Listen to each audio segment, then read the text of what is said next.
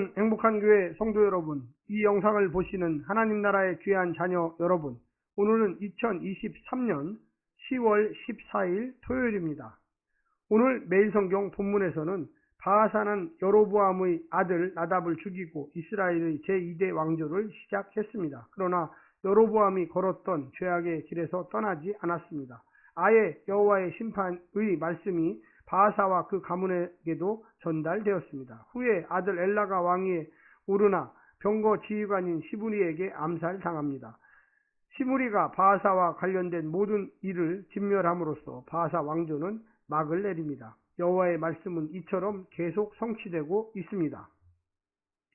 오늘 본문을 나누어 보겠습니다. 열왕기상 15장 33절부터 16장 14절, 이스라엘 왕 바하사와 엘라, 이스라엘 왕 바하사, 이스라엘 왕 엘라. 오늘 본문 열왕기상 15장 33절부터 16장 14절까지의 말씀을 듣고 다시 오겠습니다.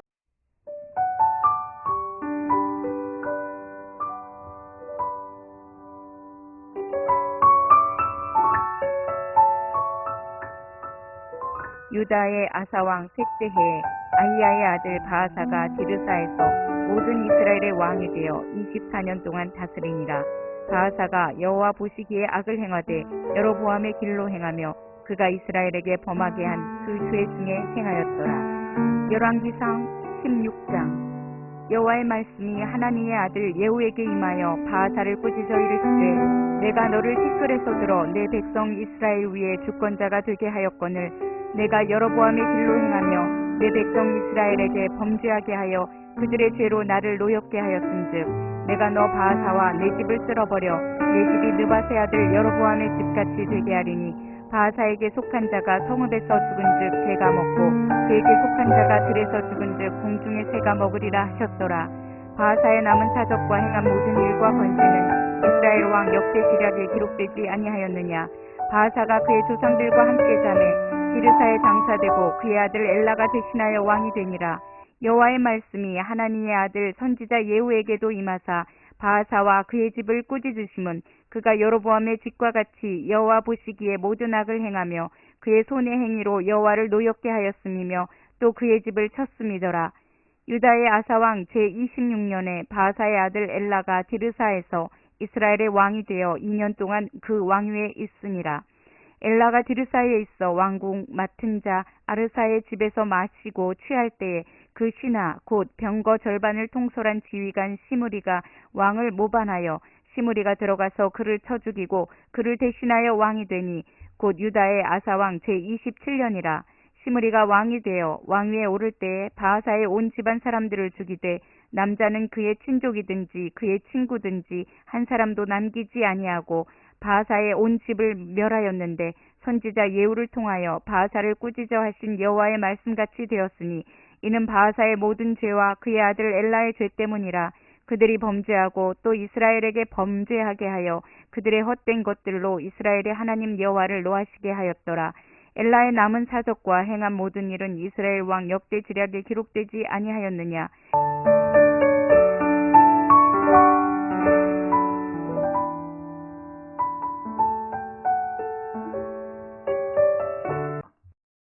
디르사 성읍은 이제 북이스라엘 왕의 통치 성읍이자 매장지로도 소개되면서 북이스라엘의 공식적인 수도가 됨을 알립니다. 북이스라엘의 첫 수도는 여로보암이 건축한 세겜으로 추정됩니다. 그러나 이후 여로보암의 왕궁이 디르사에 있었다고 나와 수도가 옮겨졌음을 알 수 있습니다. 세겜은 지리적으로 에발산과 그리심산 사이의 계곡에 위치하여 다른 도시와의 교류나 무역이 용이하지 않았습니다. 또한 남부와 북부에서 군사적 공격을 받기 쉬운 장소였습니다. 종교적으로도 가나안의 바알브릿의 영향력이 컸던 곳으로 보입니다. 세겜을 수도로 두기가 어려웠을 것입니다. 디르사는 에브라임 산지의 지역으로 세겜에서 북동쪽 9km, 나중에 북이스라엘 수도가 된 사마리아에서 남동쪽으로 18km에 위치해 있습니다. 물 공급이 용이하고 세겜과 달리 무역로가 있고 높은 고도에 위치해 전략상으로도 유리했다고 합니다. 오늘 본문을 세 부분으로 나누어 자세히 설명드리겠습니다. 첫 번째, 두 길밖에 없다. 역사 속에서 이스라엘 앞에는 두 길밖에 없었습니다. 말씀에 온전히 순종하여 하나님 앞에서 살았던 다윗의 길을 걷든지 아니면 말씀을 떠나서 여로보암처럼 우상을 숭배하고 가나안 문화에 동화되는 것입니다. 나답에게 모반하여 왕이 된 바하사는 여로보암의 아들을 제거하고 왕이 되었지만 여로보암이 갔던 길에 맞서지는 않고 그의 악행을 따랐습니다. 인류는 발전과 진보를 말하지만 하나님을 떠난 인간은 제자리 걸음만 할 뿐입니다. 영적으로는 더 깊은 타락으로 침몰해 가는 것입니다. 두 번째는 심판의 도구를 심판하다.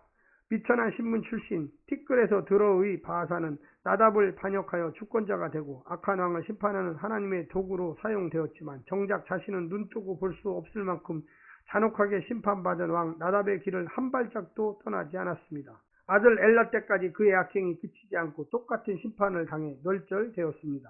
시신마저 개들의 먹이가 될 만큼 큰 수치를 당했습니다. 진토에서 미천한 신분에서 왕의 자리로 올라갔지만 세우신 하나님의 뜻과 은혜를 망각한 채 참된 왕 하나님의 말씀을 가볍게 여긴 죄가 불러온 당연한 결과였습니다.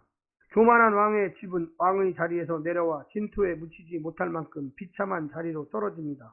오늘 귀하게 쓰임 받은 내가 내일도 그 충성된 자리에 가 있을 것이라는 보장이 없습니다. 마지막 세 번째는 기억하지 못한 아비의 심판. 바하사의 아들 엘라는 아버지에게 내린 심판의 경고를 몰랐을 리 없었을 텐데 결국 아버지의 길을 따릅니다. 아버지가 멸절한 여로보암의 가문이 자신의 운명이 될 수 있다고 생각하지 않은 것입니다. 이렇게 하나님의 말씀이 무시되었다면 아버지 바하사가 아들에게 보여준 것은 자신의 강력함이었지 하나님의 말씀의 엄중함이 아니었던 것입니다.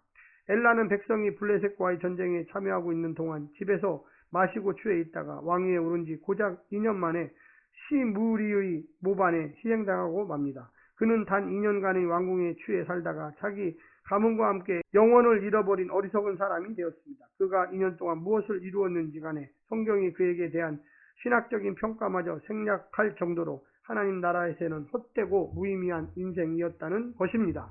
사랑하는 성도 여러분, 오늘 하루도 승리하십시오. 샬롬!